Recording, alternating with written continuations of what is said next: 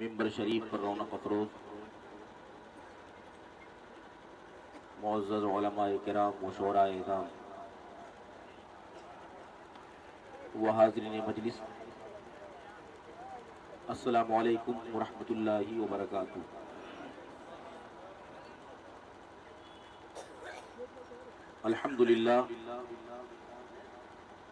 الحمدللہ الذی فضل سیدنا مولانا محمدا علی العالمین جميعا واقامہ یوم القیامۃ للمذنبین المتلوثین الخطائین الہالکین شفیعا، والصلاة والسلام علیہ وعلی کل من ہوا محبوب ومرضی لدی، صلاة تبقى وتدوم بدوام الملک الحی القیوم۔ اما بعد، فاعوذ باللہ من الشیطان الرجیم، بسم اللہ الرحمن الرحیم۔ وَأَمَّا بِنِعْمَةِ رَبِّكَ فَحَدِّثْ۔ صدق اللہ مولانا العظیم وبلغنا رسولہ النبی الامین المکین الکریم،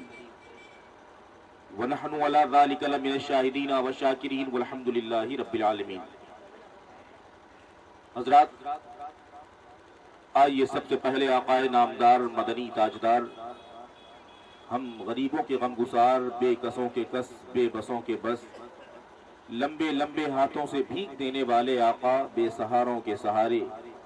حضور احمد مجتبی محمد مصطفیٰ صلی اللہ تعالی علیہ وسلم کی پیاری بارگاہ گوہر بار میں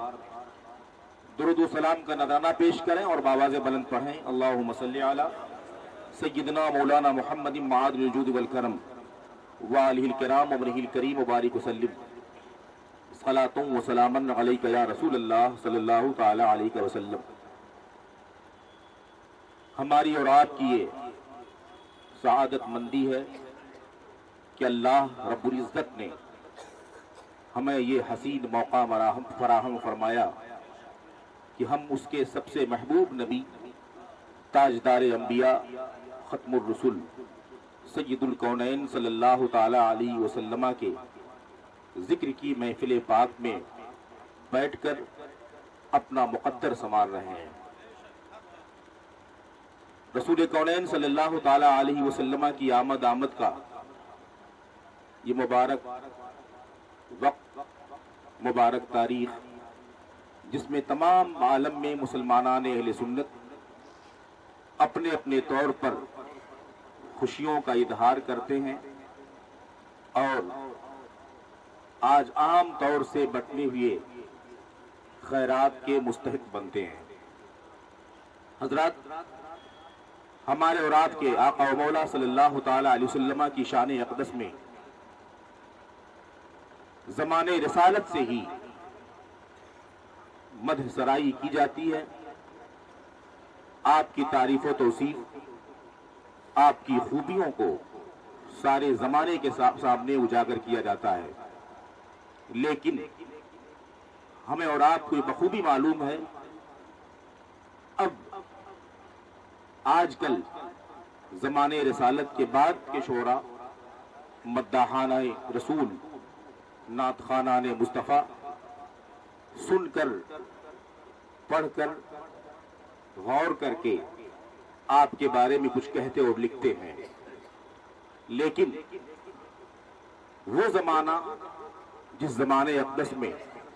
رسول کونین صلی اللہ تعالی علیہ وسلم کے غلامان صحابہ کی شکل میں آپ کی مجلس پاک میں تشریف فرما ہوتے تھے، ماہ و نجوم کی شکل میں وہ جگمگاتے اور شمس الضحیٰ بن کر نبی کونین اپنی کرنوں سے انہیں مستفیض و مستنیر کرتے۔ ان حضرات نے جب اپنی ماتھے کی آنکھوں سے رسول کونین کو دیکھ کر جو کہا، اس کہنے میں جو اثر ہے اس کی بات ہی الگ ہے۔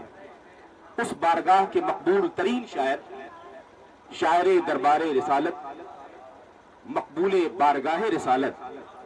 حضرت حسان بن ثابت رضی اللہ تعالیٰ عنہ،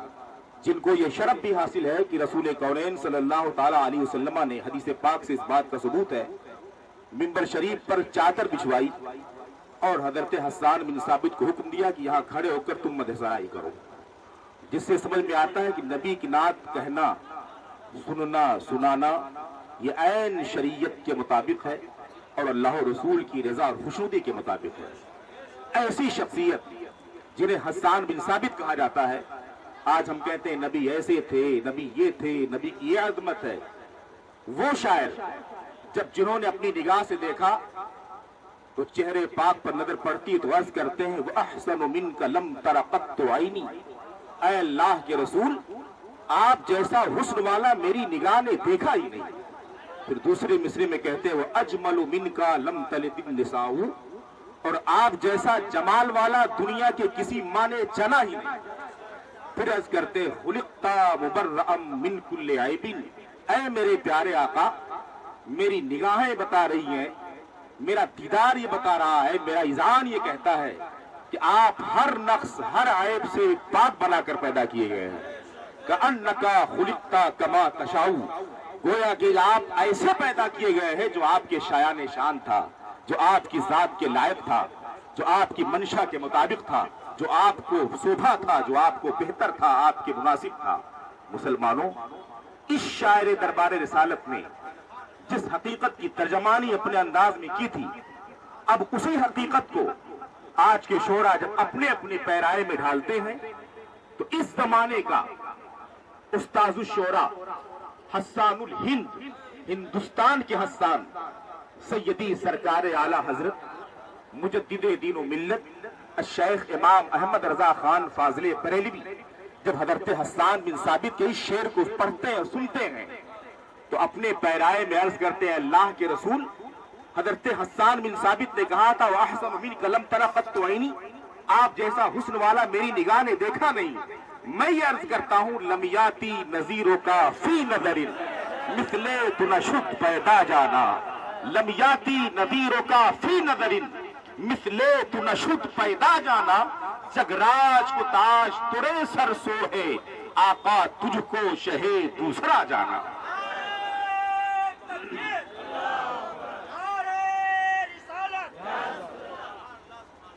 لم یاتی نظیروں کا، آپ کا نظیر آپ کی طرح کوئی آیا ہی نہیں، مثل تنشد پیدا جانا، آپ کی طرح کوئی پیدا ہی نہ ہوا، جگراج کو تاج سارے زمانے کی سلطنت اور بادشاہت کا تاج تورے سر آپ کے سر اقدس میں سوہے، سوہنا کے مطلب اچھا لگنا ہوتا ہے، جگراج کو تاج سارے زمانے کی سلطنت اور بادشاہت کا تاج تورے سر آپ کے سر اقدس پہ سوہے اچھا لگتا ہے، آقا تجھ کو شہ دوسرا جانا، اے میرے آقا آپ دوسرے شہنشاہ ہیں پورے عالم کے، تمام عالمین کا حقیقی بادشاہ اور حقیقی خالق اور مالک اللہ رب العزت ہے، مگر اس کے نائب بن کر، اس کے مظہر بن کر، اس کے خلیفہ بن کر آپ دوسرے شہنشاہ ہیں ساری کائنات کے۔ مسلمانوں، تبھی تو سرکار اعلیٰ حضرت جب اپنی سادہ انداز میں مدح سرائی کرتے ہیں تو کہتے ہیں ہم نے تو بہت کہہ ڈالا نبی کی شان میں، کہیں تو کہا کہ تیرے تو وصف عیب تناہی سے ہیں بری، حیراں ہوں میرے شاہ میں کیا کیا کہوں تجھے، اور کئی کہتے ہیں اے مسلمانوں سنو، حق یہ ہے سب سے اولا وہ اعلیٰ ہمارا نبی، دونوں عالم کا دولہا ہمارا نبی، سارے اچھوں میں اچھا سمجھیے جسے، ہے اس اچھے سے اچھا ہمارا نبی، سارے اونچوں میں اونچا سمجھیے جسے، ہے اس اونچے سے اونچا ہمارا نبی، اور بجھ گئی جس کے آگے سبھی مشعلیں، شمع وہ لے کر آیا ہمارا نبی، اور جن کے تلووں کا دھوبن ہے آب حیات، ہے وہ جانے مسیحا ہمارا نبی۔ پھر عرض کرتے ہیں کہ مسلمانوں تمہارا اگر تصور یہ ہو کہ ہم اپنی محنت سے، اپنی تجارت کے بلبوتے اور اپنے ذہن و دماغ کے بلبوتے کماتے کھاتے ہیں، ہمیں روزی ملتی ہے، تو تمہاری بھول ہے، حق یہ ہے کون دیتا ہے دینے کو منہ چاہیے، کون دیتا ہے دینے کو منہ چاہیے، دینے والا ہے سچا ہمارا نبی، دینے والا ہے سچا ہمارا نبی۔ اور ایک بہت مخصوص شعر عرض کرتے ہیں قرنوں بدلی رسولوں کی ہوتی رہی، قرنوں بدلی رسولوں کی ہوتی رہی، چاند بدلی کا نکلا ہمارا نبی۔ یہ ایک قابل تشریح شعر ہے، قرن کے مطلب سال کے ہوتے ہیں، قرنوں بدلی رسولوں کی ہوتی رہی، ہر سال ہر صدی پہ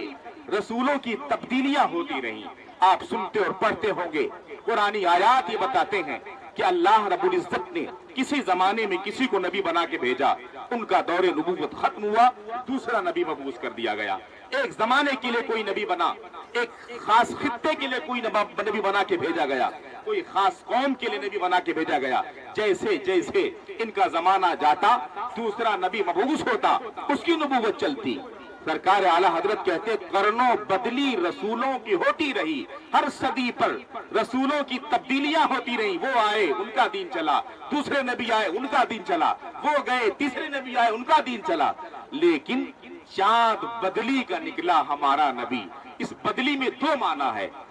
بدلی کا ایک معنی ہوتا ہے تبدیلی کے، اور ایک بدلی کا معنی یہ بدلی ہوتی ہے جو بادل سے بدلی ہوتی ہے۔ جب بدلی چھا جائے تو چاند اور ستارے اپنی روشنی نہیں پھیلا پاتے ہیں۔ بدلی آنے کا مطلب یہ ہوا اب چاند کی چاندنی مدھم پڑ جائے گی، ستاروں کی جھلک اب دھیمی پڑ جائے گی، اب ان کی روشنی نہیں ملے گی۔ اعلیٰ حضرت نے دو معنی لیا اس بدلی سے۔ فرمایا پہلے سالوں سینکڑوں سال صدیوں میں رسول بدلتے رہے اور چاند بدلی کا نکلا ہمارا نبی، ان بدلنے میں اب میرا نبی ایسا چاند بن کر آ گیا کہ اب اس نبی کی تبدیلی نہیں ہوگی، اب یہ نبی قیامت تک کے لیے نبی بنا کے بھیج دیا گیا ہے، اب نبوت کا دروازہ بند کر دیا گیا ہے۔ ایک بدلی کا مطلب بدلی ہوتی جو بادل چھا جائے، مطلب یہ ہے اب کسی چاند کا اور کسی ستارے کا طلوع ہونا ممکن نہیں ہے، کسی رسول اور کسی نبی کا اب آنا ممکن نہیں ہے۔ اب میرے نبی خاتم النبیین بنا کر بھیج دیے گئے ہیں، ان پر نبوت کا دروازہ بند کر دیا گیا ہے۔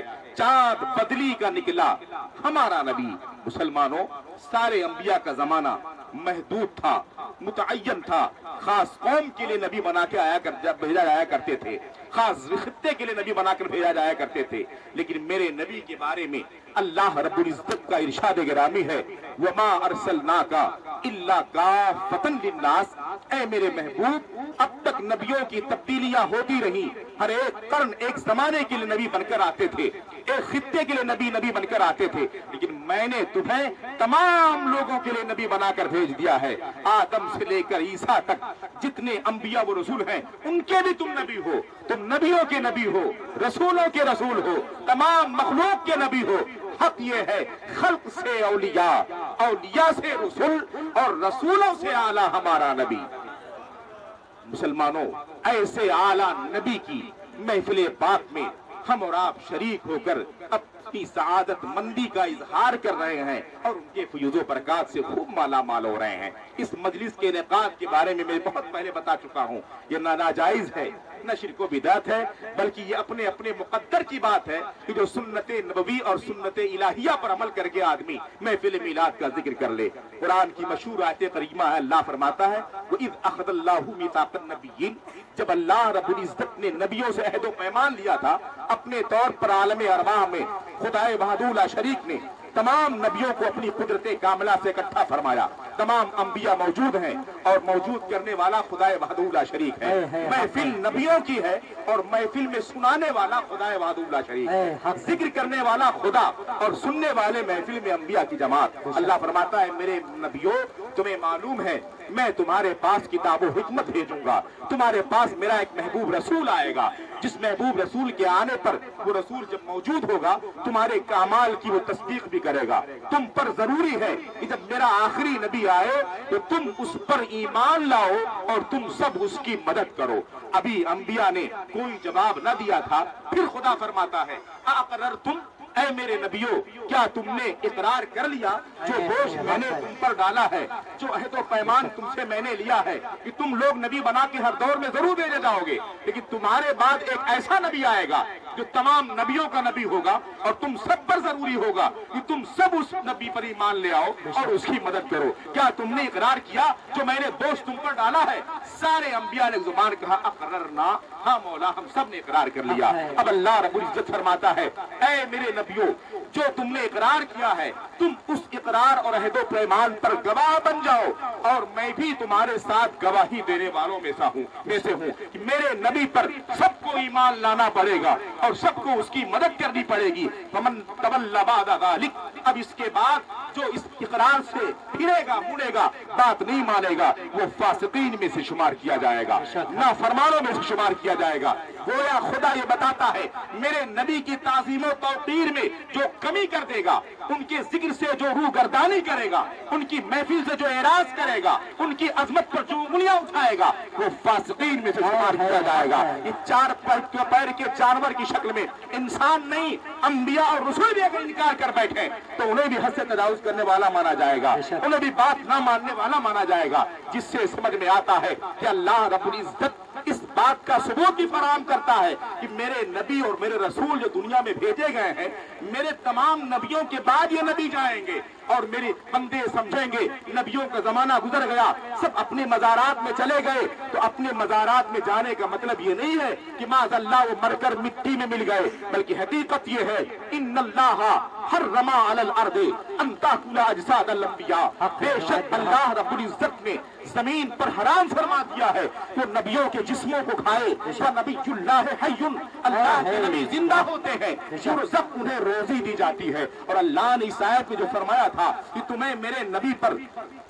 ایمان لانا پڑے گا اور تمہیں ان کی مدد کرنی پڑے گی، جس سے سمجھ میں آیا کہ مولا جب یہ نبیوں کا زمانہ گزر جائے گا، سب اپنے مزارات میں موجود ہو جائیں گے، تمہارے نبی تو ختم الرسول بن کر سب سے اخیر میں آئیں گے، پھر ان پر کیسے ایمان لائیں گے؟ جس سے خدا بتانا چاہتا ہے کہ نبی اللہ حی یرزق، نبی مرتے نہیں ہیں، مر کر مٹی میں نہیں ملتے، یہ زندہ ہوتے ہیں اور ان کو میرے آنے والے نبی پر ضرور ایمان لانا پڑے گا۔ اپنی مزارات میں رہتے ہوئے بھی میرے نبی پر یہ ایمان لائیں گے، میرے نبی کی مدد کریں گے۔ گویا میرے نبی آخری نبی تو ضرور بن کر جائے گا، مگر یہ آدم کا بھی نبی ہوگا، یہ عیسیٰ کا بھی نبی ہوگا، یہ موسیٰ کا بھی نبی ہوگا، یعقوب کا بھی نبی ہوگا، یہ ابراہیم کا بھی نبی ہوگا، اسماعیل کا نبی ہوگا، یعقوب کا نبی ہوگا، یوسف کا نبی ہوگا، تمام نبیوں کا یہ نبی ہوگا۔ بلکہ حقیقت یہ ہے جیسے سب کا خدا ایک ہے ویسے ہی، جیسے سب کا خدا ایک ہے ویسے ہی ان کا ان کا تمہارا ہمارا نبی۔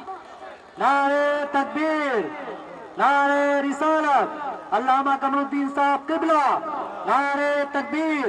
نعرہ رسالت۔ مطلب یہ ہے جیسے سب کا خدا ایک ہے، اس خدا کے ایک ماننے میں کسی مسلمان کو انکار نہیں ہے، سارے لوگ ایک مانتے ہیں، چاہے نبی ہو تو خدا کو ایک مانتا ہے، رسول ہو خدا کو ایک مانتا ہے، سب کی امت خدا کو ایک مانتی ہے۔ تو جیسے سب کا خدا ایک ہے ایسے سب کے رسول بھی گویا ایک ہی ہیں، تمام رسولوں کے رسول بنا کے بھیجے گئے ہیں۔ آدم بھی ان پر ایمان لائیں گے، عیسیٰ موسیٰ بھی ان پر ایمان لائیں گے، ابراہیم و یوسف بھی ان پر ایمان لائیں گے، سب ان پر ایمان لا کے ان کی مدد کریں گے اور یہ نبیوں کے نبی ہوں گے، یہ رسولوں کے رسول ہوں گے، یہ تمام لوگوں کے مقتدا ہوں گے، یہ تمام لوگوں کے رہبر ہوں گے۔ مسلمانوں، جس سے سمجھ میں آتا ہے میرے نبی کو، میرے رسول کو اللہ رب العزت نے سب سے اعلیٰ بنا کر بھیجا ہے۔ اب آدمی اگر یہ تصور کرے معاذ اللہ جو بدخلق بد کردار یہ کہتے ہیں کہ نبی ہماری طرح ہے، غور کرو مسلمانوں، کسی کی طرح ہونے کا مطلب یہ ہوتا ہے کہ جس کی طرح آدمی ہو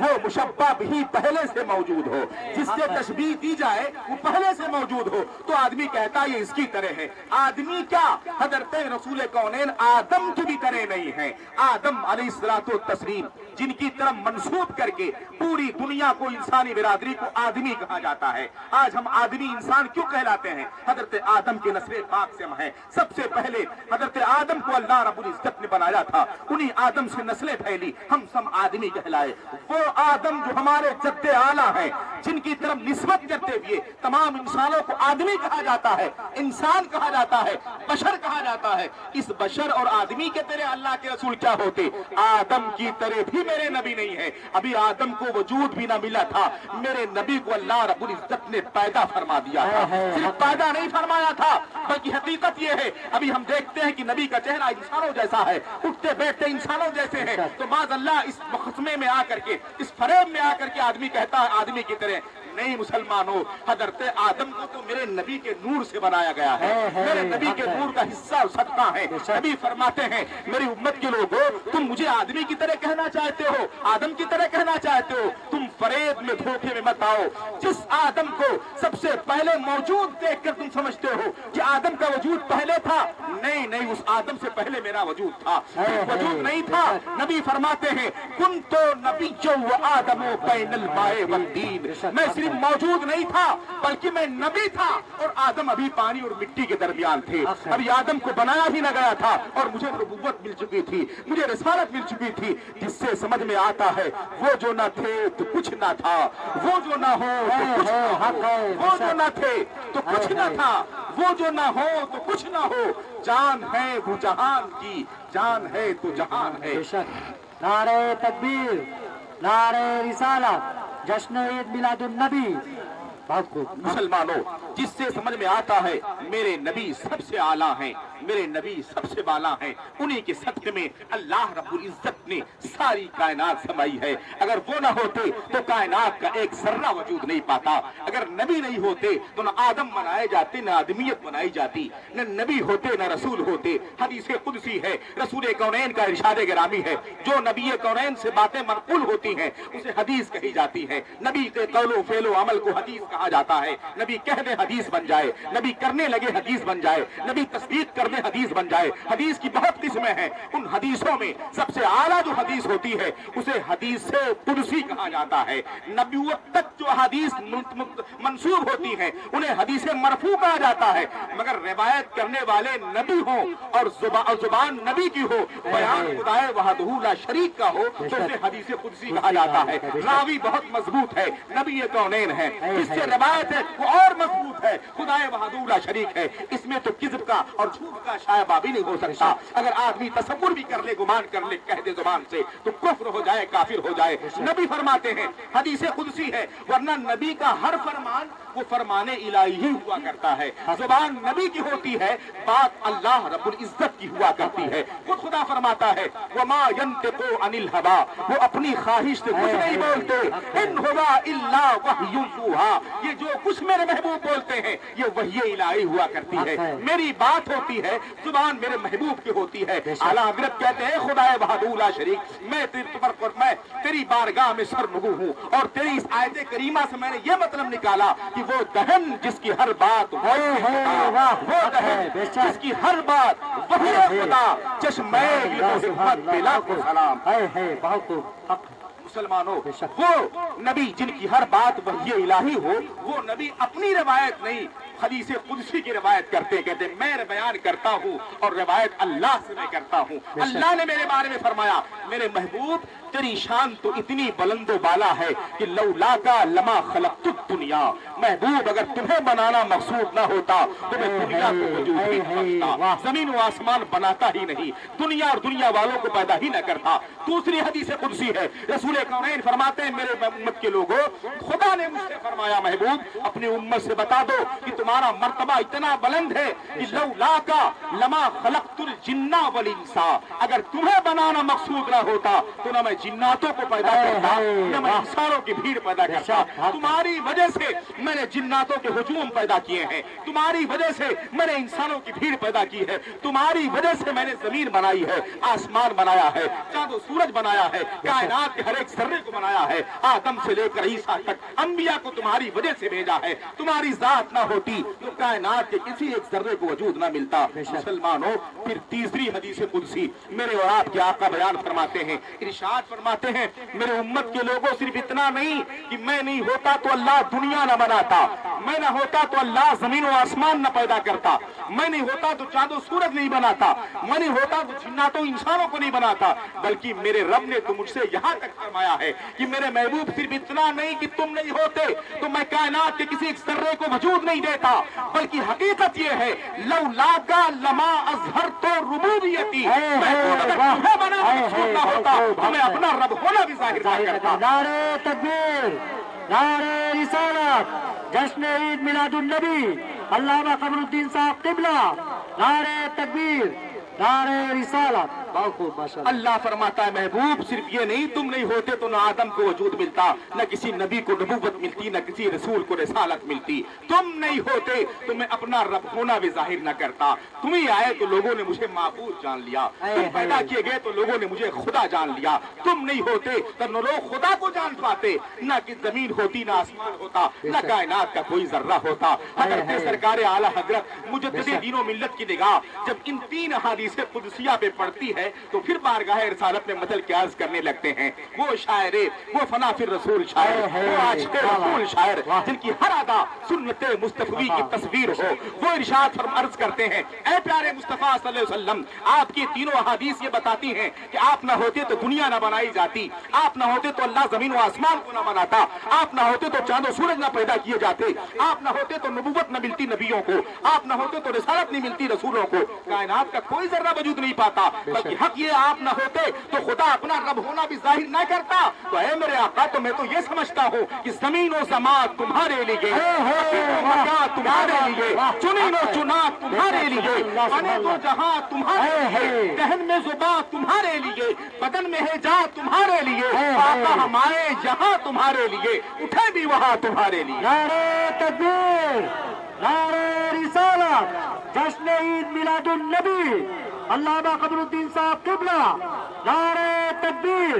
نعرہ رسالت. بہت خوب، بہت عمدہ، ماشاءاللہ. مسلمانوں، یہ سیدی سرکار اعلیٰ حضرت کا کتنا احسان عظیم ہم مسلمانوں پر ہے. کہیں قرآن کی آیت دیکھتے ہیں تو ترجمانی کرتے ہمارے سامنے واضح کرتے ہیں، رسول کی حدیث دیکھتے ہیں تو اس کی وضاحت کرتے ہمیں عقیدہ بھی بتاتے ہیں. گویا ایسے نبی کی پیدائش کی خوشی ہم منانے آئے ہیں. وہ نبی نہ ہوتا تو نہ ہمیں بیٹے ملتے، نہ زمین ملتی، نہ جائیداد ملتی. اللہ فرماتا ہے وَأَمَّا بِنِعْمَةِ رَبِّكَ فَحَدِّثْ، اپنے رب کی نعمت کا خوب خوب چرچا کرو. کون ایسا انسان ہے جو یہ کہے کہ خدا کے رسول سے بڑھ کر اور بھی کوئی نعمت ہمیں مل سکتی ہے؟ مسلمانوں، آج بیٹا ملتا ہے، آدمی اتنی خوشیاں مناتا ہے، طرح طرح کی لائٹنگ کرنا، بہت ساری خوشیاں منانا، پرتکلف دعوتیں کرنا، لوگوں کا ہجوم ہونا، مگر کسی فرقے کا بد عقل یہ نہیں کہتا کہ یہ فضول خرچی کر رہا ہے بیٹے کی پیدائش میں، بلکہ کھانے میں بہت اچھا اسے لگتا ہے. طرح طرح کی پکوان عقیقے میں کھا رہے ہیں،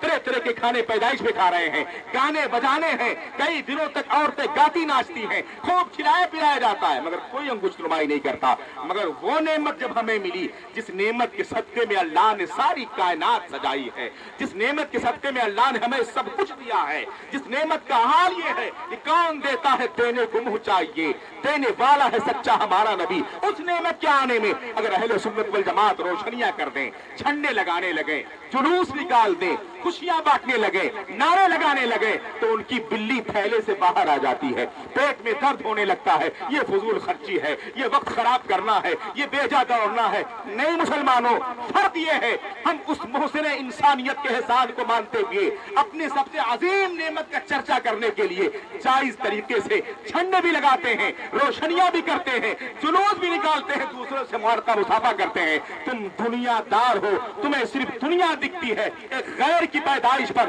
جس کی کوئی حیثیت نہیں ہوتی ہے تم اس خوشی میں شریک ہو کر وہاں خوشیاں مانتے ہو. ہم اس خوشی میں شریک ہوتے ہیں جس کی بنیاد پر اللہ نے سب کو خوشیاں میسر کی ہیں، جس کی بنیاد پر اللہ نے میرے بدن میں روح رکھا ہے، جس کی بنیاد پر خدا نے ہمیں جان دی ہے، ہمیں مال دیا ہے، ہمیں بیٹا دیا ہے، ہمیں دولت دی ہے. ہمیں یہ نعمت مبارک ہو اور تمہیں دنیا داروں کی نعمت مبارک ہو. ہم اللہ کے رسول کے ہیں، ایسے رسول کے شہدائی ہیں جس رسول کے دینے کا عالم یہ ہے کہ آتا ہے فقیروں پہ انہیں پیار کچھ ایسا، آتا ہے فقیروں پہ انہیں پیار کچھ ایسا، خود بھیگ دیں اور خود کہیں مکتے کا بھلا ہو، خود بھیگ دیں اور خود کہیں مکتے کا بھلا ہو. آج اس نعمت کے چرچے کے لیے ہم یہاں موجود ہیں. مسلمانوں، میں نے پچھلے سال بھی جلوس پر دلیلیں دی تھی، لائٹنگ پر دلیلیں دی تھی. ایک بہت مشہور دلیل میں آپ کے سامنے لائٹنگ پر بھی دے دوں کہ آج لائٹنگ پر اعتراض کیا جاتا ہے. مسلمانوں، اللہ کے رسول کی جب پیدائش ہونے لگی تھی تو حضرت آمنہ رضی اللہ تعالیٰ عنہ خود فرماتی ہیں،